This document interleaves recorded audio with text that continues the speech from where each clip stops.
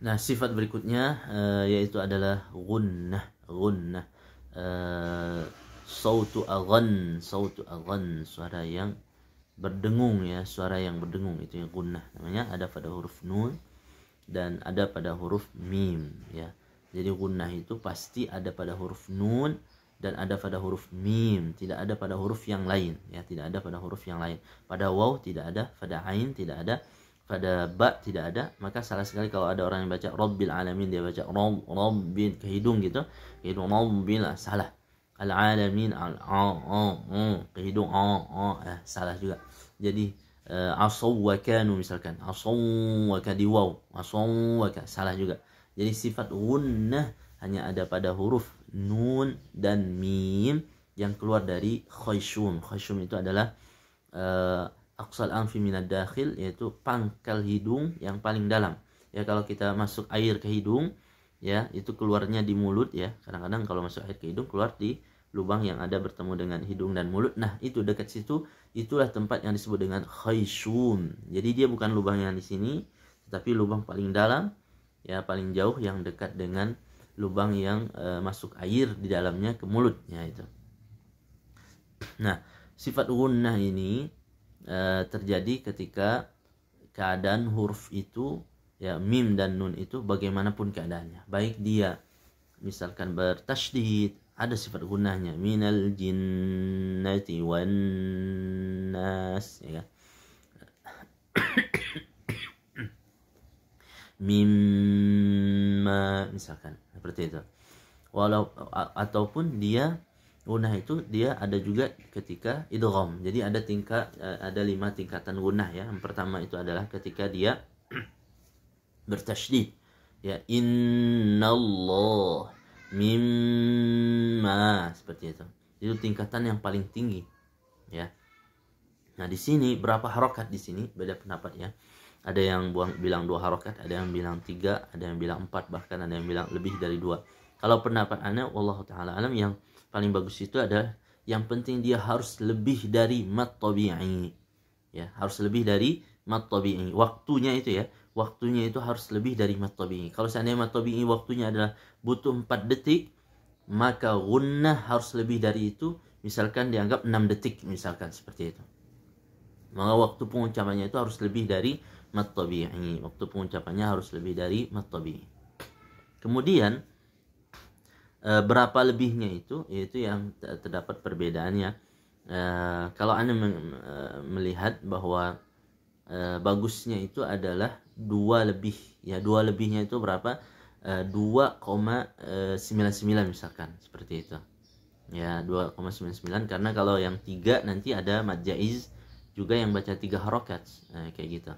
Maka biar beda dengan mad jaiz, maka Anda bilang dia 2 lebih ya, 2 lebih. Kalau dia bertasydid, nun bertasydid ya, nunnya bertasydid atau mimnya bertasydid, itu yang paling tinggi, maka dia 2,99 misalkan, seperti itu ya, misalkan seperti itu. Nah, yang kedua tingkatannya itu adalah yang idgham, may ya'mal. Maka yang idgham ini ya 2,8 misalnya, kita anggap seperti itu, 2,8 ya. Nah, nanti yang berikutnya ikhfa ya, ikhfa, ya'tasim billah, itu ikhfa syafawi atau ikhfa hakiki bisa juga, al-insan. Nah, itu tingkatan yang ketiga. Nah, jadi antara yang paling lama itu yaitu ketika dia bertasydid, waktunya lebih lama. Kita anggap misalkan 6 detik misalkan. 6 detik atau 5 detik ya. Dan dia tergantung juga nanti dengan marotib qiraah atau tingkatan qiraat yang tahqiq, tadwir, hadar. Dia kalau dia baca lebih cepat, maka waktu yang dibutuhkan untuk guna itu juga lebih cepat. Kalau bacanya lambat, maka waktu yang dibutuhkan untuk guna itu juga lebih lama, seperti itu ya.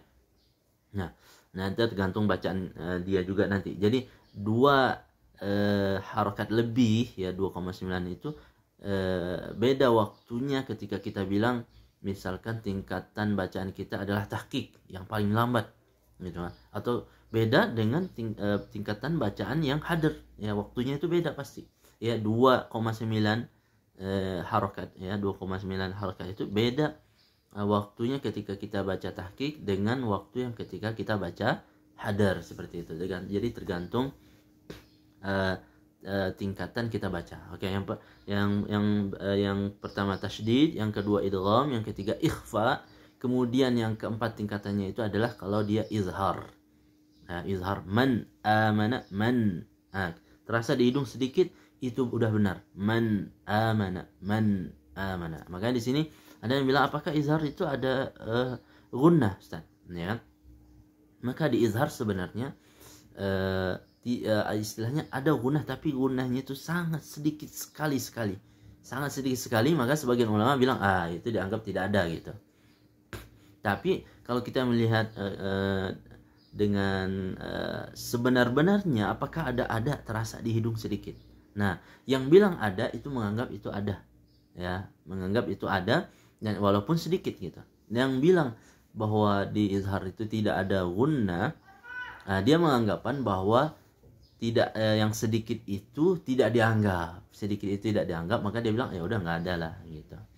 Nah itu makanya di izhar itu tingkatan yang keempat. Nah ini tidak masuk nih ke yang ketiga sebelumnya, karena di sini nggak mungkin kita bilang berapa ini berapa harokat nih gunnahnya di sini yang di izhar, nggak bisa. Yang kita bisa takar itu adalah yang tiga sebelumnya. Kalau yang di sini cuman dia sedikit sekali, ya man. Ada sedikit man, itu udah benar. Yang terakhir itu tingkatannya adalah kalau dia berharokat, nun sama mimnya berharokat. Kalau nun sama mimnya berharokat, imanukum, ada nggak sedikit? Ada, harus ada sedikit. Kalau tidak ada berarti salah. Nah gitu, karena nun dan mim itu pasti ada sifat gunnah. Ya walaupun bagaimanapun keadaan dhamma, mau kasrah, mau fathah, mau sukun, ya bertasydid dan lain sebagainya, pasti ada dia gunnahnya walaupun sedikit. Jadi yang dua ini ya tidak kita tidak bilang berapa harokat, nggak bisa. Bahkan dia kurang dari satu harokat, kurang sekali. Makanya di sini tidak bisa kita samakan dengan tingkatan yang tiga ini. Tiga ini bisalah kita takar ya, takriban. Misalnya kalau ini yang pertama itu 2,9, ini 2,7 atau 2,8, nah ini 2,5 seperti itu. Nah itu yang dimaksud dengan gunnah ya, dengung yang keluar dari khayshum. Barakallahu fikum. Assalamualaikum warahmatullahi wabarakatuh.